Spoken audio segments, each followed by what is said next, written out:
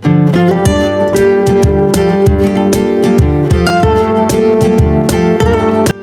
Guys, welcome back to my YouTube channel. સ્વાગત છે તમારા બધાનું મારી યુટ્યુબ ચેનલમાં. દોસ્તો, બહુ બધા દિવસો પછી આપણો વ્લોગ ફરીથી બની રહ્યો છે ને અત્યારે હું એક ખાસ મિશન માટે આવ્યો છું અને મિશનનું નામ છે બાળપણનો બોજ.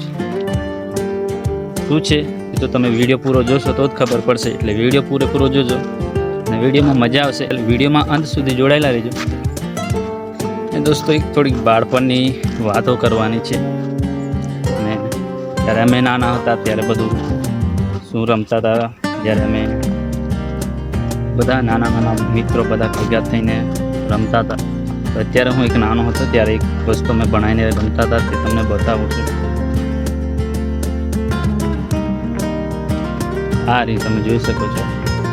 આ શું છે તમને કદાચ આમ ના ખબર હોય તો કોમેન્ટમાં પૂછજો. અમારી બાજુ તો આને કહે છે કુરાડીઓ. એક ઘાસ છે, એમ સાયન્ટિફિક નેમ તો કંઈક બીજું હશે, પરંતુ ગામડામાં અલગ અલગ એરિયામાં અલગ અલગ નામથી એને ઓળખવામાં આવે છે. અને તમે વિડીયો કંઈથી જોવો છો એ કોમેન્ટમાં લખજો ને આનું નામ તમને કદાચ ખબર હોય તમારા એરિયામાં શું કહે છે તો વિડીયોમાં કોમેન્ટમાં જરૂરથી લખજો. તો દોસ્તો, આનો બાળપણમાં બહુ બધી રીતે અમે નાના હતા ત્યારે આનો ઉપયોગ અમે હાથમાં એક કડલા તરીકે એટલે આમ હાથમાં પહેરતા હતા અને કડલા તરીકે એનો ઉપયોગ કરતા હતા. પછી છોકરીઓ છે જે ગરદનમાં પહેરી અને જે અત્યારે હાર આપણે દોરો ને એવું બધું પહેરે છે ને અત્યારે ચાંદીના અને સોનાના. તો નાના હતા ત્યારે આનો ઉપયોગ કરતા હતા. એટલે નાના હોય એટલે ઓછું જ્ઞાન હોય, બધું થોડી ઓછી બુદ્ધિ, એટલે આ બધાનો ઉપયોગ કરીને રમતા હતા. અને બાળપણનું જીવન બહુ મસ્ત હતું, કારણ કે તે જમાનામાં આવું બધું ડિજિટલ મોબાઈલ છે, પછી આ ટીવી બીવી કંઈ હોતું નથી. અને આ બધું આવાથી જ અમે રમતા હતા ને આ રમીને ટાઈમ પાસ કરતા હતા. ને કુદરતના ખોળે રમવાની મજા કંઈક અલગ હતી. ને અત્યારે તો બધા મોબાઈલમાં એટલે કોઈ ભેગા પણ ના થાય. પહેલાંના સમયમાં તો 5-6 ઘરના બધા છોકરાઓ ભેગા થઈને રમતા હતા એક જગ્યા પર અને બહુ બધી મજા આવતી હતી. અને નાની નાની વાતને ઝઘડી પડતા. દોસ્તો, બહુ બધી મજા હતી અને એ મજા હવે બધી મોબાઈલે લઈ લીધી છે. અને આ ડિજિટલ જમાનામાં અત્યારે હજુ ઠીક છે, હજુ 5-6 વર્ષ પછી તો બહુ બધું બદલાઈ જવાનું છે.